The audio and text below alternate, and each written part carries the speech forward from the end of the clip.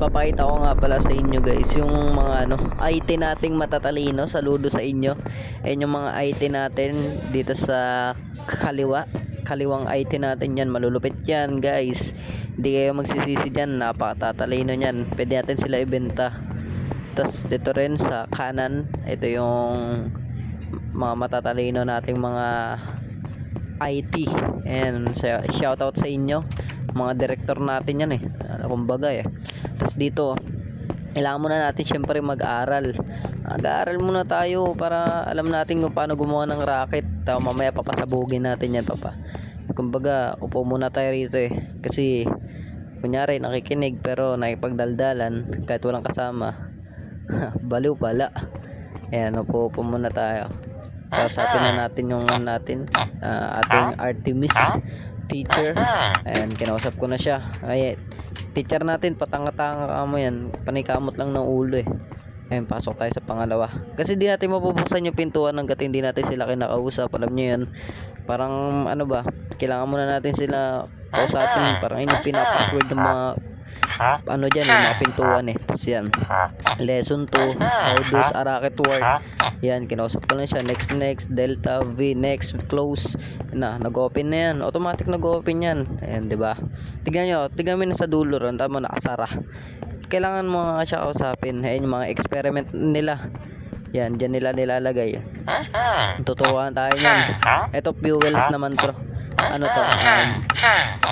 Propulsion and fuels. Siyempre kailangan natin ng gasolina para mapaandar natin yung rocket. Nag-open, 'di ba? Napakagaling niya. Tapos yan, yung I think panlas. Panlas si Artemis. What next? Yan. Ayan, sinabi niya lang yung mga plano, schedule, tapos yung space rocket system, mga ganun concept. Elevator, ayan, makapasok ako sa elevator. Kumbaga merong talaga. Kita nyo, pumasok na ako. Kumbaga nagmamadali na ako dyan Ayan, skip na natin. Ayan, rektahan na tayo guys. Ito na, in-skip ko na. Napakabilis yan guys. In-skip ko nga pala yun kasi napakatagal kong dyan. Ang hirap So ayun, nasakto na natin. Yan, nasakto natin. Kaya itetest natin yan. Wait lang, may tinitignan lang ako saglit. Yan, pipindutin na natin yung test. Para syempre, kailangan muna natin i-test bago magsimula. Pag di mo tinest yan, patay ka dyan. Grabe ba? Yan, pinapakita na yung panimula ng gagawin natin. Kausapin muna natin yan, instructor natin. Kailangan natin kausapin yan kasi isa yan sa mga guide natin sa pagpapalipad ng ating illegal na racket. Illegal na racket yan. Puta, napakalaki. Hanip na yan guys. What if tamaan kayo nyan sa mukha pala, tamaan kayo. Napakalaki niya tignan nyo. Tumingin. Crush mo ba ako? Crush mo ba ako? Bago palipad din to, gusto mo ba ako i-kiss? Hindi, joke lang. Yan, nakipag-usap siya sa akin. Sabi niya, mamaya punta ka sa bahay. Hindi, sabi niya, kailangan ko daw ng spray, can paint the racket. Sabi ko, it's done. Yari na. Nag-loading saglit. Tapos ayan, pinakita yung mga panot pala yung natin, yung mga IT natin, panot pala yun ayan, pinakita na. Kumbaga yanig na to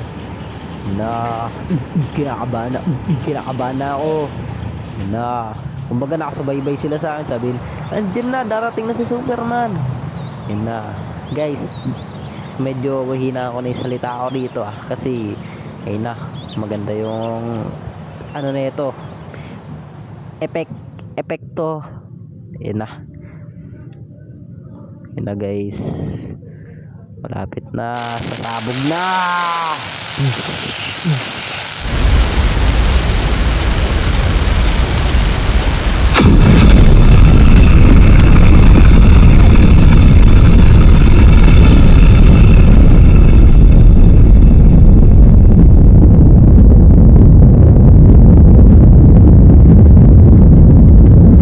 Nagbago na pala yung isip ko. Gusto ko na pala dyan. Ayoko na rito sa may racket. Nakakatakot. Papunta na kami sa buwan. Bababa na lang ako. Gusto ko na lang dyan sa baba. Tulong.